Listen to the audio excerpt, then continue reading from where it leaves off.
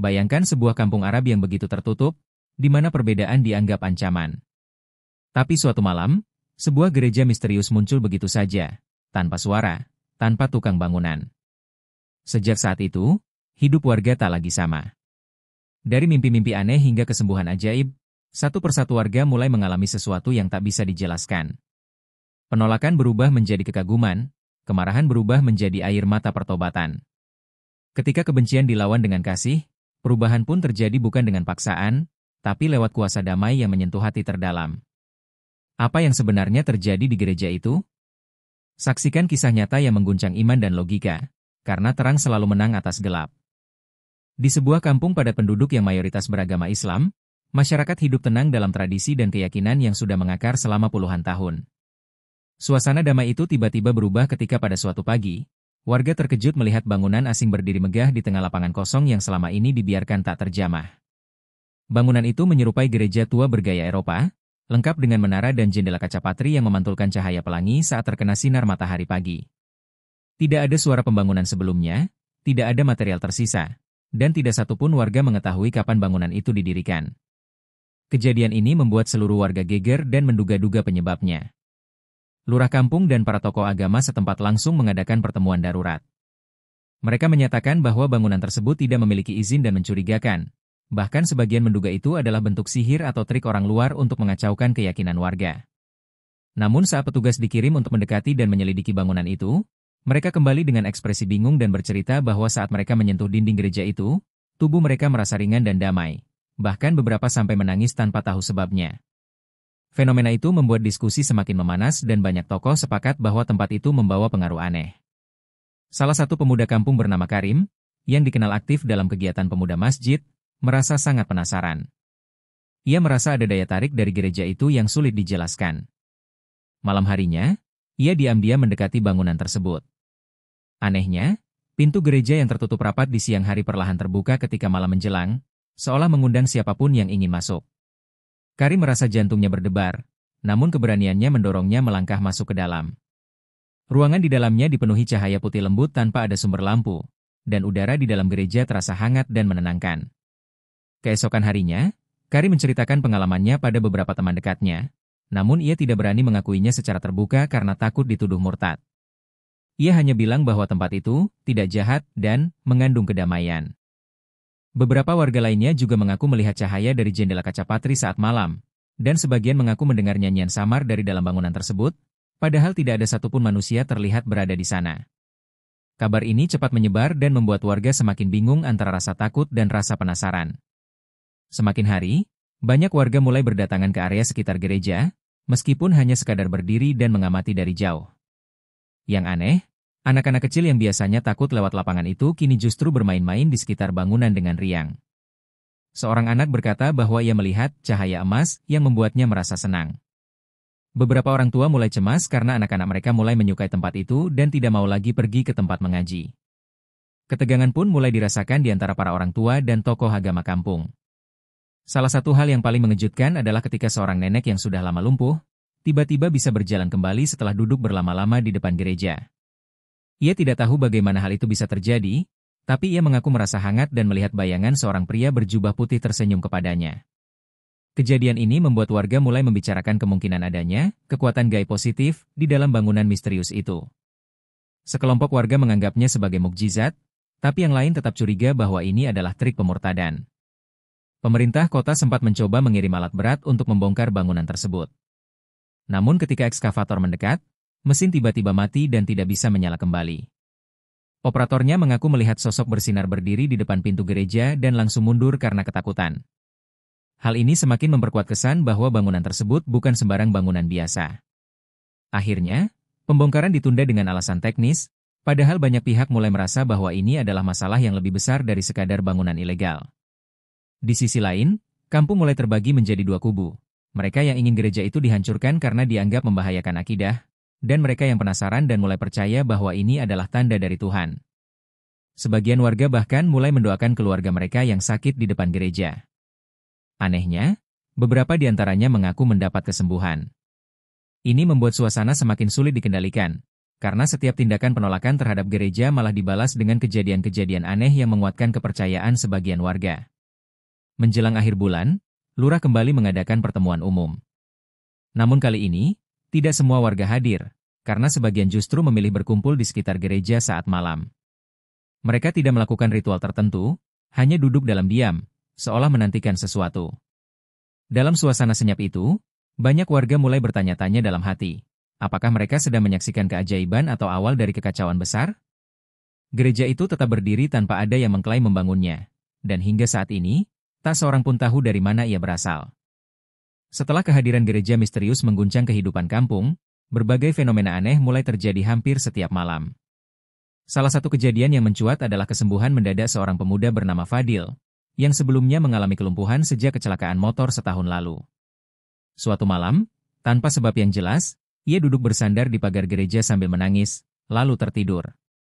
Saat terbangun, ia merasakan kakinya mulai menghangat, dan perlahan ia bisa berdiri. Kesaksian ini langsung menghebohkan warga. Fadil bahkan sempat berlari kecil di depan kerumunan sambil berteriak, "Aku disembuhkan oleh cahaya putih dari dalam." Peristiwa ini bukan satu-satunya. Seorang bocah perempuan bernama Zulaiha yang dilahirkan buta, secara misterius mulai bisa melihat setelah bermain di halaman gereja bersama teman-temannya. Saat ibunya menjemputnya dan mendengar anaknya memanggil warna-warna langit, ia hampir pingsan karena tak percaya. Bocah itu mengaku melihat cahaya yang bicara dan mengajaknya menyentuh salib kecil di tembok samping gereja. Semakin banyak warga melaporkan fenomena seperti ini. Penyakit kronis mereda, luka sembuh tanpa obat, dan bahkan gangguan kejiwaan mulai hilang tanpa penanganan medis. Kejadian-kejadian ini membuat batas antara kenyataan dan keimanan menjadi kabur. Ada yang mulai percaya bahwa gereja itu adalah rumah Tuhan yang dikirim dari langit.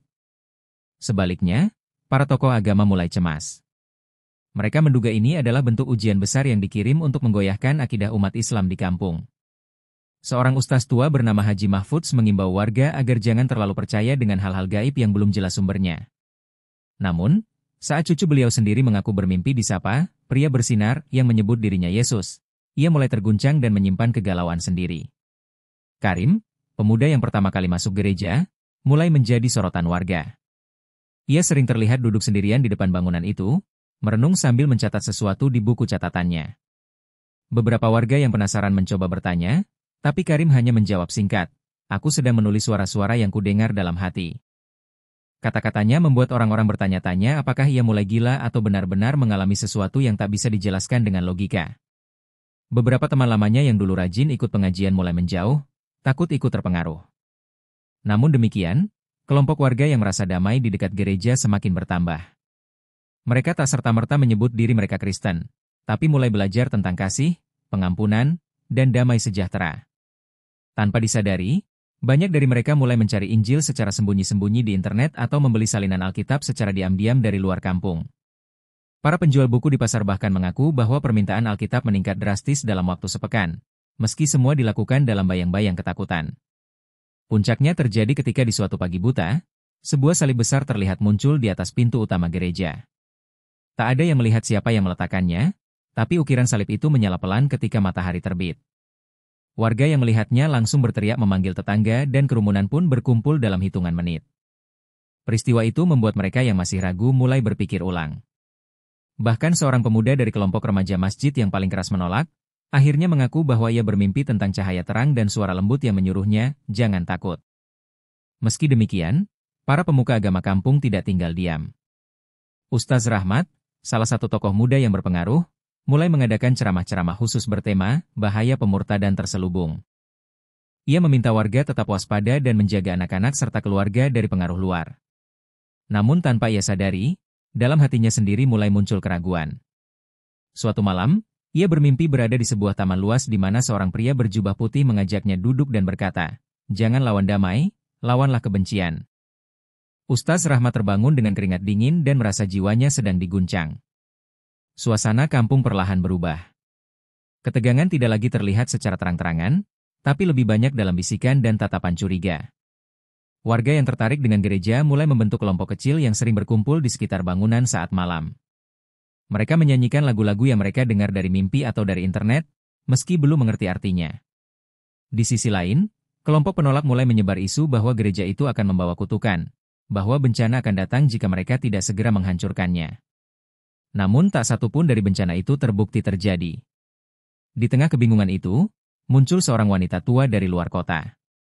Ia mengaku bernama Maria, dan mengatakan bahwa ia mendapat petunjuk dalam doa untuk datang ke tempat ini. Ia bukan pendeta, tapi seorang penginjil sederhana yang pernah hidup di Timur Tengah. Ia mendekati warga dengan kasih, bukan doktrin. Ketika ia berbicara, bahkan para penolak pun terdiam, karena perkataannya begitu lembut dan menyejukkan hati. Ia berkata, "Aku tidak datang untuk membawa agama. Aku datang untuk memperkenalkan pribadi yang membawa damai." Kalimat itu menggema di benak banyak warga, dan hari-hari berikutnya menjadi titik awal perubahan yang lebih besar. Karim akhirnya tak sanggup lagi menyembunyikan apa yang ia rasakan. Setelah berminggu-minggu menahan diri, ia berdiri di tengah rapat pemuda masjid dan berkata, dengan suara bergetar tapi tegas, "Aku telah mengenal Yesus Kristus. Aku sekarang adalah pengikutnya." Ruangan seketika hening. Beberapa menunduk, tak percaya. Yang lain memandangnya tajam, bahkan ada yang berteriak mengusirnya. Karim tak membalas. Ia hanya berkata bahwa hatinya damai, untuk pertama kalinya dalam hidupnya. Kabar itu menyebar cepat bak api dalam jerami, dan dalam hitungan hari, Karim menjadi pembicaraan di seluruh kampung, sebagai pengkhianat bagi sebagian, dan sebagai saksi hidup bagi sebagian kecil lainnya. Ibunya menangis histeris saat mendengar kabar itu dari tetangga. "Kamu menodai keluarga kita, Nak," katanya sambil memukul dada sendiri. Ayah Karim hanya diam, tak berkata apa-apa. Tapi malam harinya, sang ayah menghampiri kamar anaknya dan bertanya pelan, "Apa yang kamu lihat di dalam sana?" Karim menjawab, "Aku melihat terang yang membuatku sadar, bahwa selama ini aku hanya mengenal Tuhan karena warisan, bukan karena pengenalan pribadi." Ayahnya menatap mata anaknya lama, lalu pergi tanpa sepatah kata. Keesokan harinya, Karim diusir dari rumah. Karim pindah ke rumah kosong milik seorang pedagang tua yang sudah lama meninggal. Ia membersihkan sendiri tempat itu dan tinggal seorang diri, hanya ditemani catatan-catatan mimpinya dan satu salinan Alkitab yang ia dapat dari seorang pengunjung gereja misterius. Hari-harinya ia isi dengan berdoa dan membaca Injil. Tapi tanpa ia duga, beberapa teman lamanya datang malam-malam, mengaku bahwa mereka juga mengalami mimpi yang sama. Sosok bercahaya, suara damai, dan pelukan hangat yang menyembuhkan luka batin mereka. Mereka meminta Karim mengajari mereka berdoa seperti yang ia lakukan. Komunitas kecil itu tumbuh diam-diam. Mereka tak berani menyebut diri Kristen secara terbuka, tapi mereka belajar kasih, pengampunan, dan kebenaran dari Injil. Setiap malam mereka berkumpul di samping gereja misterius yang tetap memancarkan cahaya lembut dari dalam, meski tak seorang pun tahu siapa yang menyalakan atau menjaganya. Karim memimpin doa-doa sederhana, kadang hanya dengan air mata dan keheningan. Namun dalam sunyi itulah mereka merasakan hadirat yang tak bisa dijelaskan dengan kata-kata. Setiap pertemuan membawa kedamaian yang lebih dalam. Suatu malam, seorang lelaki tua muncul di tengah pertemuan itu. Wajahnya asing, rambutnya putih panjang, matanya teduh. Ia memperkenalkan diri sebagai Yakub, hamba Tuhan yang diutus untuk menggembalakan domba-domba kecil di kampung ini. Tak ada yang tahu dari mana ia datang, tapi suaranya menembus hati. Ia tidak membawa bendera agama, tapi membawa pesan kasih. "Kalian bukan sedang mengkhianati masa lalu," katanya, "kalian sedang menemukan kebenaran yang tersembunyi dari dunia ini." Kalimat itu membuat banyak dari mereka menangis dalam pelukan satu sama lain. Yakub mulai mengajarkan firman secara perlahan. Ia tidak membakar semangat mereka dengan emosi, tapi menuntun mereka dengan kelembutan. Ia berkata bahwa iman bukanlah soal jumlah atau pengakuan mulut, tapi soal hati yang diubahkan. Ia memperingatkan bahwa pertobatan akan membawa konsekuensi, tapi juga membawa kemerdekaan. Kata-katanya menjadi fondasi baru bagi kelompok kecil itu. Setiap minggu, jumlah mereka bertambah, bahkan beberapa perempuan mulai membawa anak-anak mereka untuk ikut berdoa bersama. Suasana kampung pun semakin terbelah. Warga yang mengetahui aktivitas ini melaporkannya ke tokoh agama dan lurah. Rapat besar digelar untuk membahas pemurtadan yang mulai menyebar. Karim dan Yakub diundang secara paksa untuk hadir, namun mereka datang tanpa rasa takut. Di hadapan puluhan orang yang menatap penuh amarah, Yakub hanya berkata, "Kami tidak datang untuk mencuri keyakinan. Kami datang untuk menyebarkan kasih yang kalian tolak." Beberapa warga tersentuh, tapi yang lain mengancam. Meski begitu, komunitas kecil itu tidak bubar, mereka justru semakin erat dan penuh kasih satu sama lain. Karim menjadi sosok penting di mata mereka. Ia bukan sekadar pemuda biasa lagi, tapi menjadi pemimpin rohani muda yang dengan sabar menuntun kawan-kawannya untuk tetap kuat menghadapi tekanan. Ia belajar banyak dari Yakub, bahkan mulai mampu berkhotbah singkat dari kitab Matius dan Yohanes. Ia tak pernah membenci mereka yang mengusirnya atau mengejeknya. Bahkan saat ibunya jatuh sakit dan tak ada yang merawat, Karim diam-diam datang dan merawatnya dari jauh, menunjukkan kasih tanpa syarat yang telah ia pelajari dari Yesus. Semakin lama, orang-orang mulai menyadari bahwa para pengikut baru ini tidak pernah membalas kekerasan dengan kebencian. Mereka justru semakin sabar, tidak suka berdebat, dan mulai membantu warga lain yang kesusahan, baik Muslim maupun non-Muslim. Bahkan seorang pedagang yang dulu memaki Karim kini menitipkan anaknya belajar membaca dengan kelompok mereka. "Aku tidak tahu siapa Yesus itu," katanya, "tapi kalau dia bisa mengubah anak sekeras kamu jadi selembut ini, aku ingin tahu lebih banyak." Kalimat itu menjadi pertanda bahwa perubahan perlahan mulai menular. Perubahan yang terjadi di sebagian warga kampung Arab semakin mencolok dan tak bisa diabaikan. Para pemeluk Kristen baru yang dulu dikenal pemarah, malas, atau suka menipu, kini berubah menjadi pribadi yang tenang, jujur, dan penyayang. Meskipun mereka tak pernah mengajak secara terang-terangan, kehidupan mereka yang berubah menjadi kesaksian hidup yang berbicara lebih keras dari kata-kata. Hal ini membuat banyak orang penasaran, namun juga membuat sebagian tokoh agama merasa terancam.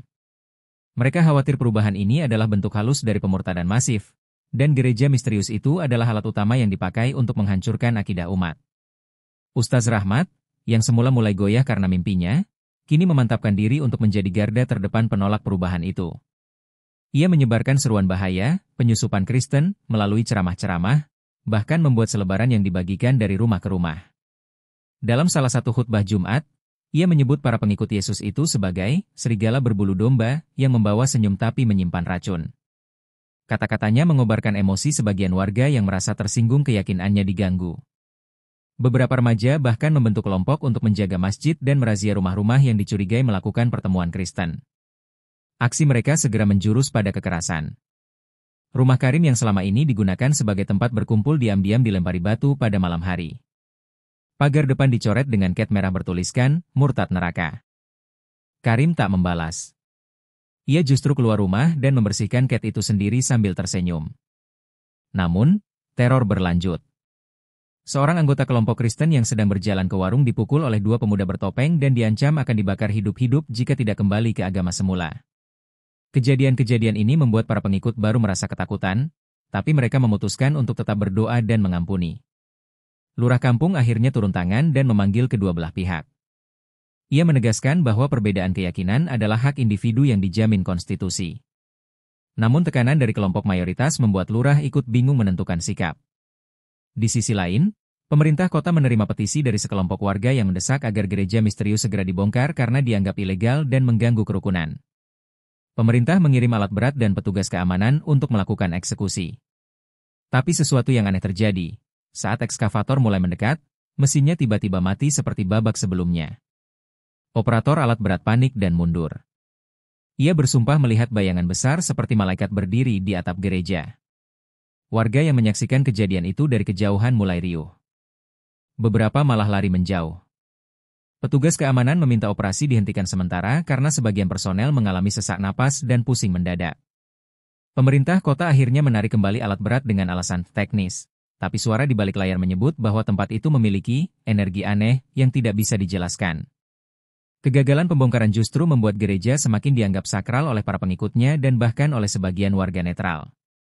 Semakin keras gereja ditolak, semakin banyak keanehan yang muncul. Api sempat menyala di atap gereja seperti terbakar, tapi anehnya tidak merusak bangunan sedikit pun. Justru dari kejauhan, api itu membentuk siluet salib yang bersinar terang di malam hari. Warga yang menyaksikannya tak bisa berkata-kata. Beberapa mencatat kejadian itu dalam video, dan klipnya segera viral di media sosial. Netizen dari berbagai penjuru negeri mulai tertarik pada gereja ajaib di tengah kampung Arab. Namun berita ini justru membuat sebagian kelompok garis keras semakin marah, merasa bahwa keyakinan mereka sedang diolok-olok oleh dunia luar. Sementara itu, para pengikut Yesus tetap menjalani hidup mereka dengan tenang. Mereka tetap menolong tetangga yang kesusahan, bahkan yang membenci mereka. Mereka tak membalas hinaan atau ejekan dengan amarah. Ketika seorang anak penghina gereja jatuh sakit, Kelompok kecil Kristen itu menggalang dana untuk membantu pengobatan. Perbuatan mereka lambat laun meluluhkan hati beberapa warga yang awalnya fanatik menolak. Namun bagi para penolak garis keras, semakin baik perilaku mereka, semakin dianggap licik dan manipulatif. Itu hanya siasat, kata mereka. Kasih yang dibuat-buat untuk menjebak. Ancaman mulai menjalar ke kehidupan sosial para pengikut baru. Mereka dijauhi di pasar, dipecat dari tempat kerja, bahkan diintimidasi oleh kerabat sendiri.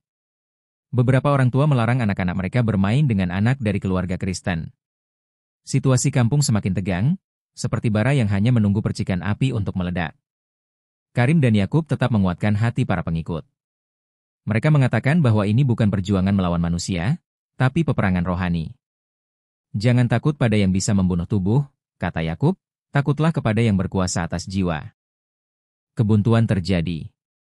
Pemerintah lokal tak mampu menindak lebih jauh karena kekuatan supranatural gereja misterius tak bisa dijelaskan dengan logika. Para pemuka agama terus menyerukan penolakan, tapi jumlah pengikut Yesus diam-diam terus bertambah. Bahkan beberapa ustaz dan guru ngaji mulai menyimpan keraguan dalam hati mereka. Ada yang bermimpi, ada yang melihat cahaya, dan ada pula yang melihat salib di dalam sajadah mereka. Namun mereka menyimpannya rapat-rapat karena takut dikucilkan. Sementara itu, gereja misterius tetap berdiri, tenang, damai, dan menyala setiap malam seakan tidak terpengaruh oleh hiruk-pikuk dunia luar. Semakin banyak warga kampung yang sebelumnya hanya menyaksikan dari jauh mulai mengalami peristiwa yang tak dapat dijelaskan oleh logika. Beberapa dari mereka mulai bermimpi secara berulang tentang cahaya putih menyilaukan yang berbicara dalam bahasa yang mereka tidak pahami. Namun entah bagaimana mereka merasa damai dan mengerti. Ada yang mengaku melihat pria berjubah putih menyentuh dada mereka dan berkata, "Aku menyembuhkan luka-lukamu." Seorang pemuda bernama Ihsan, yang dulu gemar mabuk dan berjudi, tiba-tiba berhenti total dari kebiasaan buruknya setelah mengalami mimpi tersebut selama 3 malam berturut-turut. Ia kemudian bersaksi kepada warga bahwa hidupnya berubah bukan karena takut, tetapi karena cinta yang ia rasakan dalam mimpi itu. Kesaksian demi kesaksian mulai bermunculan. Seorang perempuan bernama Halimah, yang kehilangan anaknya dalam kecelakaan beberapa tahun lalu, mengaku bertemu anaknya dalam mimpi. Dalam mimpinya, sang anak tersenyum dan menunjuk ke arah gereja sambil berkata, "Ibu, ada terang di sana." Setelah bangun, Halimah menangis sepanjang hari, lalu berjalan sendirian ke gereja dan duduk di depannya selama berjam-jam. Sejak saat itu, ia tak pernah lagi memaki siapapun, tak pernah mengeluh, dan mulai membagikan makanan kepada tetangga, termasuk yang pernah mencaci maki dirinya karena dianggap mulai berpihak pada Kristen. Yang paling mengejutkan adalah ketika seorang guru ngaji tua, Pak Ahmad, datang diam-diam ke rumah Karim. Dengan suara gemetar, ia meminta maaf karena selama ini telah menolak dan menjelek-jelekan. Ia mengaku sudah bermimpi 3 kali berturut-turut melihat dirinya di sebuah padang rumput luas, dipeluk oleh sosok yang ia yakini sebagai Yesus. Dalam pelukan itu, ia merasa seluruh sakit dan luka batin yang ia pendam sejak masa mudanya lenyap seketika. Pak Ahmad mulai belajar Injil dari Karim secara sembunyi-sembunyi, dan akhirnya mengaku dirinya telah percaya kepada Kristus sebagai juru selamat, meski ia belum tahu bagaimana menjelaskannya kepada keluarganya. Gereja misterius itu kini tidak lagi sekadar bangunan diam, tapi menjadi semacam pusat pengalaman rohani. Beberapa orang yang duduk di halamannya mengaku bisa mendengar nyanyian yang sangat merdu di dalam, padahal tidak ada pengeras suara, dan pintu gereja tetap tertutup rapat. Seorang pemuda bahkan merekam suara itu menggunakan ponselnya, dan ketika diputar ulang, yang terdengar hanyalah suara angin lembut bercampur gema nyanyian rohani dalam bahasa asing. Video itu diunggah ke media sosial dan viral, membuat banyak orang dari luar kampung ingin datang menyaksikan sendiri. Karim dan Yakub menyarankan agar para pengikut baru mencatat setiap pengalaman rohani mereka, baik berupa mimpi, suara batin, atau perubahan sikap yang mereka alami. Dalam waktu 1 bulan, terkumpul ratusan lembar kesaksian. Ada yang ditulis dengan bahasa sederhana, ada yang penuh puisi, bahkan ada yang digambar. Semua itu disusun dan dijilid menjadi semacam buku kesaksian bersama yang dibacakan dalam pertemuan malam setiap minggu. Setiap kisah menyentuh hati para pendengar, banyak yang menangis, dan merasa dikuatkan karena tahu bahwa mereka tidak sendiri dalam perubahan ini. Di tengah derasnya penolakan, ketakutan, dan ancaman sosial, muncul harapan dari generasi muda. Sekelompok anak muda yang awalnya bermain gitar dan menyanyi di jalanan, mulai menciptakan lagu-lagu rohani sendiri dalam bahasa Arab. Liriknya tidak menjelekkan agama lain, tidak memaksa orang percaya, tapi hanya bercerita tentang kasih, pengampunan, dan terang. Lagu-lagu itu dibawakan dengan penuh sukacita di pertemuan malam, dan perlahan menyebar melalui media sosial. Lagu mereka menjadi simbol perubahan damai, bahkan beberapa remaja Muslim diam-diam ikut menyanyikan karena liriknya begitu menyentuh. Media mulai tertarik. Wartawan dari stasiun nasional datang untuk meliput, tapi anehnya, saat mereka mulai mengambil gambar gereja pada malam hari, kamera mereka mengalami gangguan teknis. Baterai cepat habis, gambar buram, dan suara tidak masuk. Meski begitu, wartawan tetap menulis artikel panjang yang menceritakan pengalaman mereka di kampung itu. Artikel itu tayang dan memicu perdebatan publik. Sebagian menyebutnya hoaks, tapi banyak juga yang penasaran dan ingin tahu lebih jauh tentang gereja misterius yang mengubah banyak orang. Beberapa pengunjung luar kota mulai berdatangan, hanya untuk duduk di depan gereja dan merasakan damai. Di dalam kampung sendiri, gesekan masih terjadi, tapi kini lebih bersifat batin. Banyak warga yang merasa iman mereka mulai digoyang oleh kesaksian dan kedamaian yang tampak jelas dari kelompok Kristen baru ini. Sebagian orang yang dulunya paling keras menolak mulai bersikap netral. Mereka tidak ikut kelompok pengusir, tapi juga tidak melawan pengikut Yesus. Di tengah perubahan itu, Yakub mengingatkan, iman yang sejati tidak lahir dari tekanan atau kekerasan, tapi dari perjumpaan pribadi dengan Sang Terang. Dan jika kamu sudah melihat terang itu, kamu tak akan bisa hidup dalam gelap lagi. Seorang ulama tua dari luar kota datang setelah mendengar kisah ini. Ia dikenal sebagai ahli tafsir dan dihormati di banyak tempat. Setelah berkeliling kampung dan duduk semalaman di depan gereja, ia hanya berkata, apa yang terjadi di sini bukan karya manusia. Ia lalu pulang tanpa komentar panjang. Tapi keesokan harinya, salah satu muridnya datang membawa Alkitab dan meminta Karim mengajarinya dari awal. Fenomena ini membuat banyak pihak mulai yakin bahwa gereja misterius ini bukan sekadar bangunan ajaib, tapi alat Tuhan untuk menyentuh hati manusia dari berbagai kalangan. Setelah berbulan-bulan diliputi konflik batin, pertentangan, dan ketegangan sosial, perlahan embusan damai mulai menyapu kampung Arab. Warga yang tadinya menolak keras mulai melembut, bukan karena kalah oleh argumen, tapi karena kesaksian kasih yang mereka lihat sendiri. Mereka menyaksikan dengan mata kepala bahwa para pengikut Yesus tidak membalas caci maki, bahkan tetap melayani mereka yang memusuhi. Saat seorang warga terserang stroke dan tak ada yang menolong, para pemuda Kristen baru justru yang membawanya ke rumah sakit dan mengumpulkan dana untuk pengobatannya.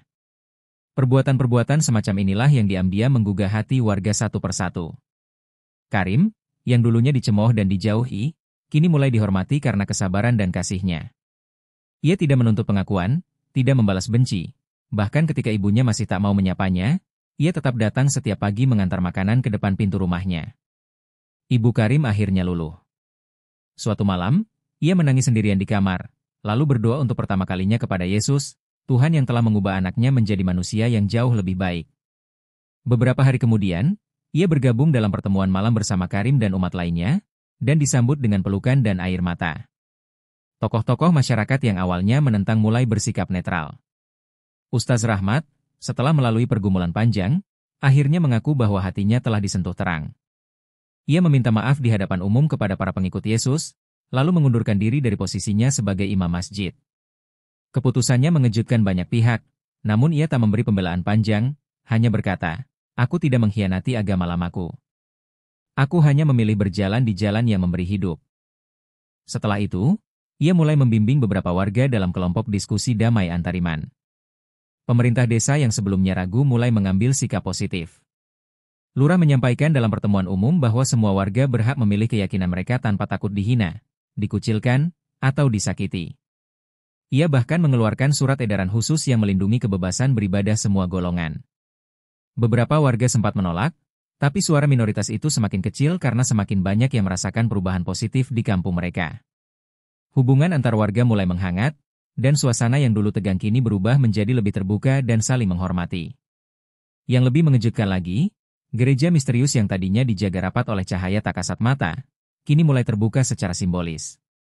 Malam-malam tertentu, pintunya terbuka dan dari dalam terdengar nyanyian lembut yang tidak berasal dari manusia. Warga yang masuk tetap hanya orang-orang yang mengalami mimpi atau panggilan khusus, namun tidak lagi ada rasa takut.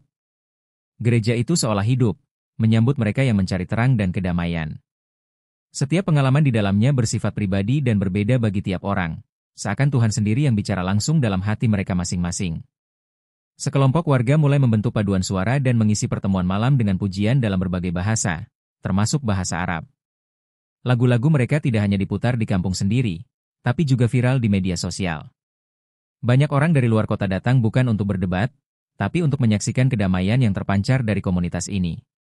Tidak sedikit yang akhirnya bergabung setelah merasakan sendiri suasana tenang dan kasih yang tak dibuat-buat. Bahkan seorang mantan peneliti agama dari universitas besar datang, dan setelah tinggal seminggu, ia sendiri memutuskan untuk percaya. Gereja itu kini menjadi pusat kerohanian, bukan hanya untuk para penganut baru, tapi juga untuk siapa saja yang haus akan damai. Para pengikut Yesus tak menuntut siapapun untuk berpindah keyakinan, tapi mereka menawarkan telinga untuk mendengar, tangan untuk membantu, dan hati untuk mengasihi. Bahkan beberapa pemeluk agama lain yang tetap pada keyakinan semula mengaku merasakan perubahan positif dalam hidup mereka setelah berkawan dengan komunitas Kristen kampung itu. Mereka tetap Muslim, tapi mengaku belajar kasih dan pengampunan lebih dalam dari para sahabat baru mereka. Program-program sosial mulai tumbuh. Sebuah rumah sakit gratis dibuka dengan donasi dari berbagai pihak, tanpa memandang latar belakang agama. Anak-anak dari keluarga miskin mendapat beasiswa, dan lansia yang dulu terlupakan kini rutin dijenguk oleh para relawan Kristen. Kampung yang dulu dikenal sebagai tempat konservatif dan keras, kini berubah menjadi simbol toleransi dan cinta kasih. Beberapa jurnalis asing datang untuk meliput dan menjuluki kampung ini sebagai Taman Damai di Tanah Panas. Sebuah dokumenter pun dibuat dan disiarkan ke seluruh dunia. Pendeta dari luar negeri yang mendengar kisah ini akhirnya datang. Ia tak langsung memimpin, tapi duduk bersama warga, mendengarkan kisah mereka, dan menangis bersama mereka yang terluka. Ia kemudian menetap dan menjadi pembina rohani bagi komunitas, dengan tetap menghormati tatanan dan budaya lokal. Ia tidak membawa tradisi asing, tapi menyesuaikan pengajaran Injil dalam bahasa dan budaya Arab yang kaya. Pelayanan di kampung ini tidak seperti gereja kebanyakan, tak ada paksaan, tak ada tekanan, hanya terang dan kasih yang berjalan dari hati ke hati. Dan di balik semua perubahan itu, gereja misterius tetap berdiri tenang. Ia tidak berubah, tidak roboh, tidak dibesarkan. Seperti hati Tuhan sendiri, gereja itu terbuka bagi siapa saja yang datang dengan kerinduan sejati. Tak ada papan nama, tak ada promosi, tak ada organisasi yang mencaploknya. Ia hanya ada, sebagai saksi keajaiban terbesar, bahwa cinta bisa mengalahkan kebencian, bahwa damai bisa menembus dinding pemisah, dan bahwa terang, ketika datang dari Tuhan, bisa mengubah bahkan tempat yang paling keras menjadi surga kecil di bumi. Tahun berlalu, dan gereja misterius itu tetap berdiri dengan damainya. Bangunan itu tak pernah rusak, tak pernah lapuk, dan tak pernah berubah, seolah berada di luar hukum alam biasa. Meski arsitekturnya sederhana, banyak ahli bangunan yang datang mengaku bingung karena struktur gereja itu tidak memiliki bekas fondasi, tidak ada sambungan semen atau paku, dan bahan-bahannya bahkan tidak cocok dengan jenis material yang tersedia di daerah itu. Namun warga sudah tak mempedulikan keanehan itu lagi. Bagi mereka, gereja ini bukan sekadar bangunan, melainkan simbol kasih yang telah mengubah sejarah kampung mereka. Karim kini telah menjadi seorang pembimbing rohani yang dihormati, bukan hanya oleh para pengikut Kristus, tetapi juga oleh warga lain dari latar belakang berbeda. Ia tidak pernah menuntut gelar pendeta atau jabatan resmi, tapi kata-katanya selalu penuh hikmat, dan hidupnya menjadi teladan nyata. Ia menolak pindah ke kota meski sempat diundang ke berbagai tempat untuk berbicara. Ia berkata, Tuhan menanam saya di sini, di tanah ini, untuk membawa terang bagi tempat yang dulu tertutup gelap. Ia tetap tinggal di rumah kecilnya yang dulu sempat dilempari batu, rumah yang kini dipenuhi anak-anak yatim dan orang-orang tersisih yang ia peluk dalam kasih. Yakub, sang penggembala awal, akhirnya tutup usia dalam damai. Sebelum wafat, ia berkata kepada para pengikutnya, jangan bangun menara tinggi. Bangunlah kasih yang dalam. Pemakamannya dihadiri oleh seluruh kampung, dari semua keyakinan dan golongan. Bahkan warga yang dahulu menentangnya kini menangis saat mengingat kebaikan dan kelembutan yang ia tinggalkan. Di hari kematiannya, awan membentuk pola menyerupai salib di langit kampung, dan matahari bersinar lembut, membuat banyak orang kembali tertegun dan merenungkan kuasa yang lebih besar dari diri mereka sendiri. Anak-anak yang dulu hanya bermain di sekitar gereja kini tumbuh menjadi generasi baru yang penuh kasih, toleran, dan haus akan kebenaran. Mereka belajar dari cerita para orang tua, mendengar kesaksian para pendahulu, dan menulis ulang sejarah kampung mereka bukan dengan amarah, tapi dengan syukur.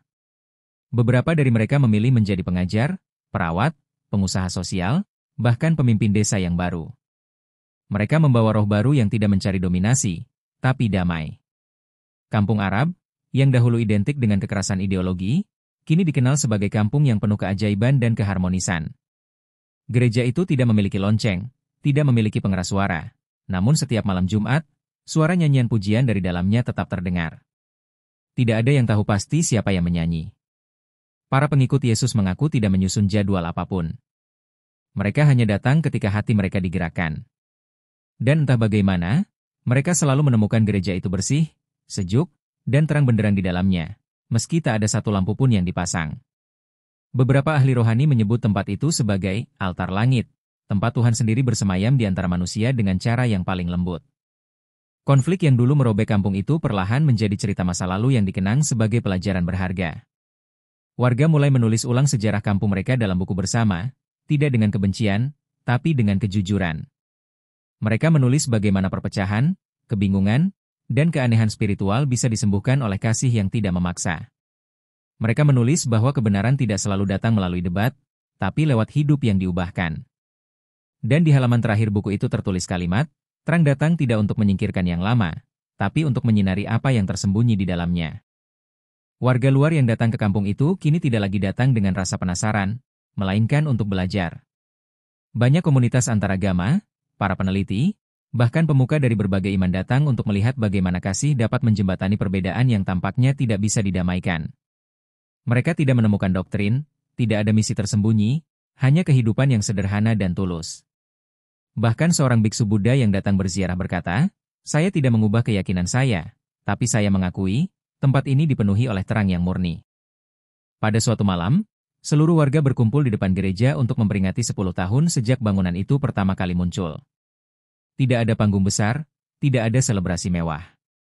Hanya doa, nyanyian, dan pelukan antar warga. Saat langit mulai gelap, cahaya dari dalam gereja kembali menyala seperti biasa. Namun malam itu, salib yang terpahat di atas pintu gereja bersinar lebih terang dari biasanya. Beberapa orang mengaku melihat sosok berjubah putih berdiri di puncaknya, tersenyum, lalu perlahan menghilang ke dalam cahaya. Dan saat malam benar-benar tiba, seorang anak kecil bertanya pada ayahnya, "Ayah, siapa yang membangun gereja ini dulu?" Sang ayah tersenyum dan menjawab, "Tak ada yang tahu, Nak. Tapi kita tahu untuk siapa itu dibangun." Gereja misterius itu tetap berdiri, tidak hanya sebagai bangunan, tapi sebagai lambang bahwa terang, jika datang dari Tuhan, akan tetap bersinar bahkan di tengah tempat yang paling tak terduga. Dan hingga kini, siapapun yang datang dengan hati yang hancur dan tulus, akan menemukan damai yang tak bisa dijelaskan dengan kata-kata. Damai yang hanya bisa dirasakan di hadirat Sang Kasih sejati. Cerita ini menggambarkan perjalanan spiritual yang mengguncang dan mengubahkan sebuah kampung Arab yang semula tertutup dan keras terhadap perbedaan. Kehadiran sebuah gereja misterius yang muncul tanpa asal-usul menjadi awal dari serangkaian peristiwa supranatural, mimpi-mimpi rohani, dan kesaksian hidup yang memunculkan pertobatan demi pertobatan. Penolakan, kebencian, dan kekerasan sempat menyelimuti, namun kasih yang tulus dan tanpa syarat dari para pengikut Yesus perlahan melembutkan hati warga satu persatu. Dari Karim, sang pemuda pertama yang percaya, hingga para tokoh masyarakat dan ulama, semua akhirnya menyadari bahwa perubahan sejati bukan datang dari doktrin atau paksaan, melainkan dari perjumpaan langsung dengan terang dan kasih yang ilahi. Gereja itu tak hanya mengubah agama sebagian warga, tapi membangkitkan kesadaran kolektif akan kekuatan damai, toleransi, dan kasih sejati. Kini, kampung Arab bukan lagi simbol kebencian, melainkan bukti hidup bahwa ketika terang Tuhan turun, tak ada kegelapan yang bisa bertahan.